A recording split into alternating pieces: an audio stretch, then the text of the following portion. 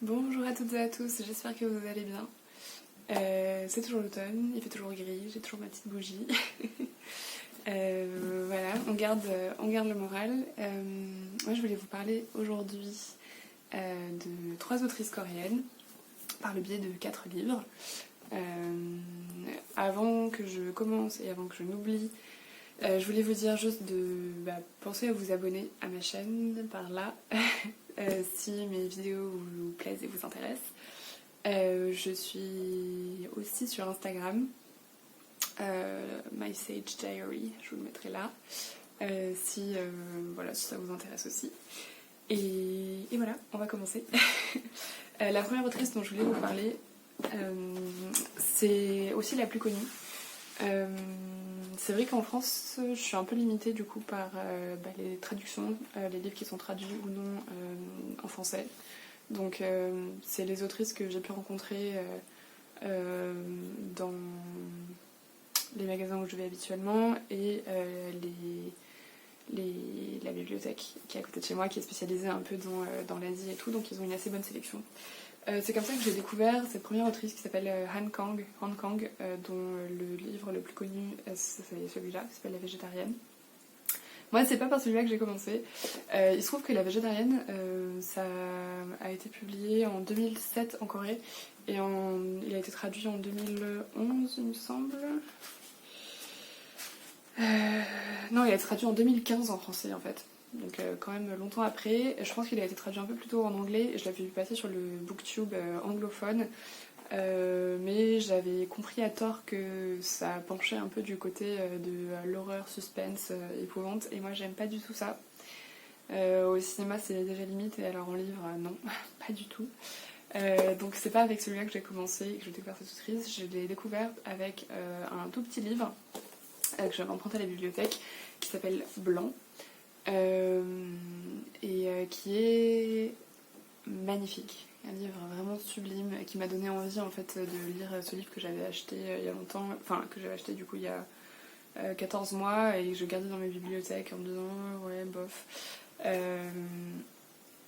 Et en fait Blanc c'est une espèce de méditation poétique sur la couleur blanc qui est comme vous le savez sans doute la couleur traditionnelle du deuil dans plusieurs pays d'Asie. Si vous voulez pas du tout de spoil sur ces livres, je vais pas spoiler l'intrigue, mais je vais spoiler un peu les prémices du livre. Moi, Blanc, je l'ai abordé vraiment par hasard, parce que c'était sur la table des livres mis en avant à la bibliothèque, je connaissais rien. Voilà, mais là, je vais vous dire un peu ce qui se passe quand même. Donc n'hésitez pas à sauter si vous voulez pas du tout d'informations. Donc en fait, dans Blanc, elle va raconter de manière par fragments et en faisant parler, par des voix un peu détournées en fait, elle va raconter la vie et la mort de sa sœur, sa grande sœur, qui n'a vécu que 2 heures. Et voilà, et donc c'est une méditation vraiment puissante sur le deuil, évidemment, sur la capacité des humains à reconstruire patiemment ce qui a été détruit, la capacité qu'a la mort à s'imbriquer dans la vie. C'était absolument sublime. Chaque mot est vraiment... chaque mot pèse son poids dans ce livre, chaque mot est là, et vraiment... Je sais pas comment c'est en coréen, mais celui-là, il était extrêmement bien traduit, je pense, et c'était vraiment un livre magnifique qui m'a hantée pendant longtemps après, et à la fois triste et tendre, et en même temps, quand j'y pense, ça me rend pas triste, c'est plutôt une espèce d'acceptation sereine et une grande beauté de ce deuil très triste, quoi. Donc vraiment Blanc, je vous le recommande chaudement. Et ensuite La Végétarienne, donc après avoir lu Blanc, je me suis dit il faut que je lise autre chose d'elle et j'ai lu celui-là. Je comprends maintenant pourquoi il est si connu. Il mérite complètement toute l'attention qu'il a pu recevoir. C'est un livre brillant, brillamment construit, brillamment pensé, pareil, puissant, avec les mécanismes du récit se mettre en branle de la première page à la dernière page. Et donc voilà, c'est le début de l'histoire, c'est tout simple. C'est une femme qui a une trentaine ou une petite quarantaine d'années, je sais plus, et qui est mariée, qui n'a pas d'enfant, et qui décide du jour au lendemain d'arrêter de manger de la viande. Ça n'a l'air de rien, mais quand ce livre est sorti donc en 2007, c'est ça, et qui est plus est en Corée, qui est un pays où on mange de la viande traditionnellement presque, enfin tous les jours à tous les repas quoi. En 2007 donc, en fait c'est pas du tout anodin, même aujourd'hui c'est pas du tout anodin, c'est un truc qui est un peu genre toléré pour les étrangers, mais les vrais Coréens ils mangent de la viande. Et voilà, et donc ça commence comme ça, c'est une espèce de grain de sable qui vient se mettre dans la machine bien huilée de la famille traditionnelle. Et en réalité c'est l'histoire voilà, d'une espèce d'opposition calme et tranquille à l'autorité, mais en fait c'est une résistance un peu fondamentale qui finit donc par avoir des conséquences radicales. Et puis c'est aussi l'histoire, parce que donc dans ce livre on entend la femme et ensuite on entend son mari, et c'est au début je te dis et en fait c'était aussi brillant, c'est les parties avec le mari. C'est aussi toute une histoire de nos rêves et de renoncement aux rêves. Donc c'était vraiment génial, j'ai adoré. Je pense que la hype est justifiée, disons. Ensuite, je sais pas, je pense que si vous pouvez, c'est mieux de lire ce livre en anglais parce que la traduction anglaise est très bonne et a été même primée. En revanche, je pense que la traduction française est bonne, mais je sais pas si elle est aussi bonne que la traduction anglaise. Voilà.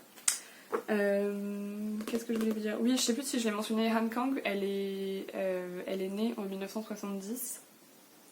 Donc voilà, pour vous donner une idée de sa génération. En revanche, Kim Hye-ran, dont je vais vous parler maintenant, elle est née en 78.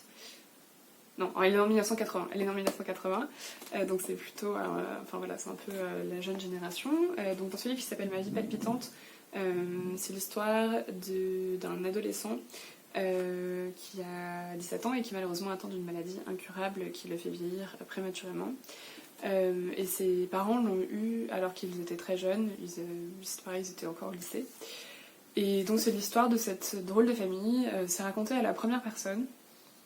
Et elle a fait un job admirable en fait, à donner de l'épaisseur et de la profondeur à ce personnage qui est très plausible, très attachant, pas du tout, voilà, sans tomber dans le pathos, le cliché, comment on dit,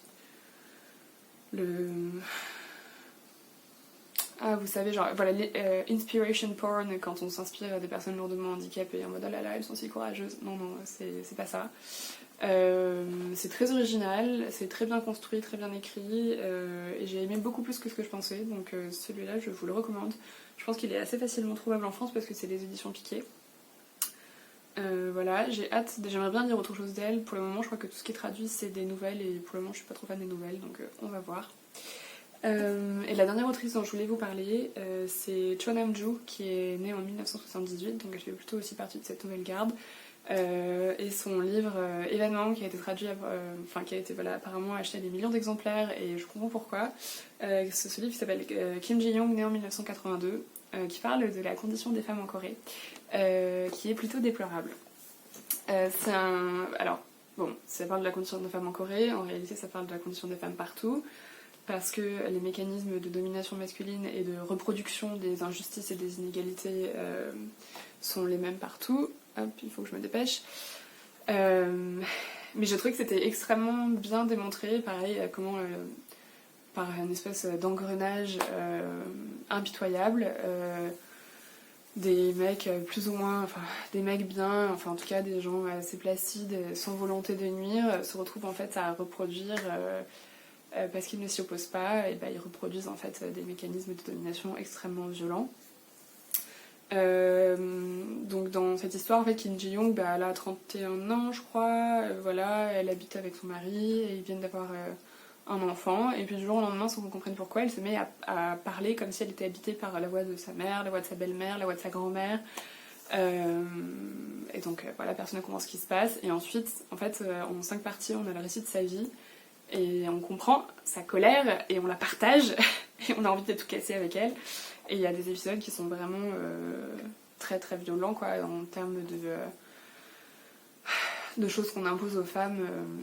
Alors en Corée c'est très marqué, c'est très voyant, mais c'est un des pays qui a le pire ratio d'inégalité salariale de l'OCDE par exemple. Mais qui sont un peu... voilà, c'est des choses qu'on retrouve dans beaucoup de pays. Donc vraiment celui-là je vous incite à le lire, c'est une jeune autrice, ça parle des femmes coréennes d'aujourd'hui, c'était vraiment génial. Il faut que je m'arrête maintenant parce que ça va être trop long, donc j'espère que cette vidéo vous a plu. N'hésitez pas à me dire en commentaire si vous en avez lu, si vous avez lu d'autres autrices coréennes ou auteurs coréens. Et puis voilà, on se retrouve bientôt pour une nouvelle vidéo. Bye!